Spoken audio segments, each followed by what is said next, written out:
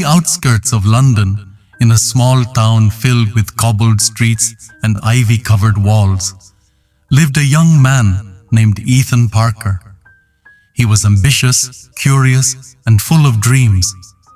But there was one thing that stood between him and those dreams: his weak command of English vocabulary. Ethan had studied English since childhood, but only in a mechanical way.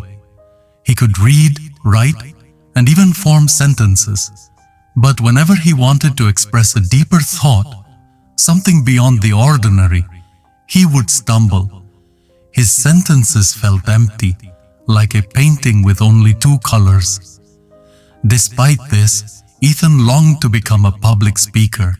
He admired leaders, poets, and writers who moved crowds with just their words. He would watch videos of great speeches and feel inspired, yet discouraged at the same time. Why do their words sound so powerful, while mine sound so plain? He often wondered. The missed opportunity. One day, his school announced a competition, the English Oratory Challenge. Students from different schools would gather, stand on a grand stage, and deliver a 5-minute speech on the topic, the future of humanity. The winner would be offered a scholarship to study in London's top university. Ethan's heart skipped a beat when he heard the announcement. This was his chance to break free, to prove himself. He immediately signed up. For days he practiced in front of the mirror. He wrote his speech carefully, but the words felt ordinary. The future will be good. We will have technology. We will be happy. He tried hard to make them stronger, but his mind couldn't reach beyond the small collection of words he already knew. The night before the competition, his friend Lucas visited him. Lucas was well-read and passionate about English literature. When Ethan showed him the speech, Lucas frowned.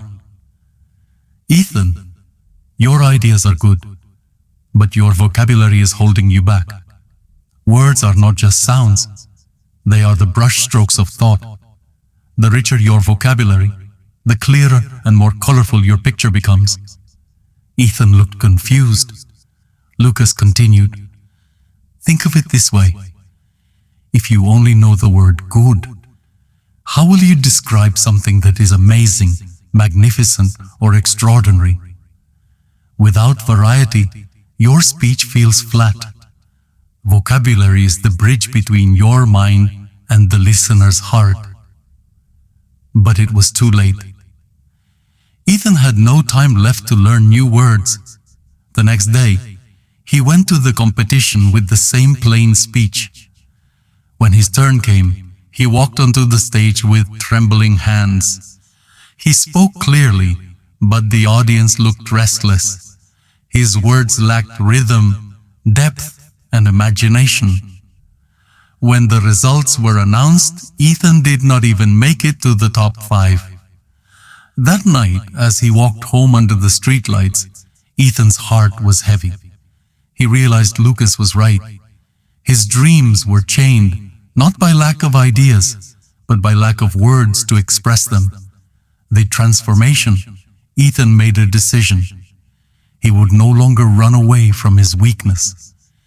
He bought a small notebook and began a new habit, learning 5 new English words every day. But he didn't just memorize them, he lived them. When he learned the word resilient, he used it to describe his mother's strength. When he learned serendipity, he wrote about the day he met Lucas by chance. When he discovered ephemeral, he described the beauty of sunsets that fade too quickly. Slowly, words became his friends, and his sentences grew richer. Reading books felt different now. He understood metaphors, subtle meanings, and the beauty behind the author's choices. His confidence grew. Months later, another competition was announced. This time the topic was the power of imagination. Ethan smiled. He was ready. When he stepped onto the stage, he began with a quote. "Imagination is the canvas of progress, and words are the colors that paint it." The audience leaned in. He spoke with passion, using vivid vocabulary to shape his ideas. He didn't just say, "Imagination is good." He said it was boundless, transformative, and the compass of human progress. Every word carried weight. When the applause thundered through the hall, Ethan knew he had built his bridge of words at last. He won the competition, and more importantly, he won the respect of his audience. Years later, when Ethan became a motivational speaker, he often told students, "Vocabulary is not about showing off big words. It is about unlocking the full range of human expression. Without it, your thoughts remain trapped in your mind.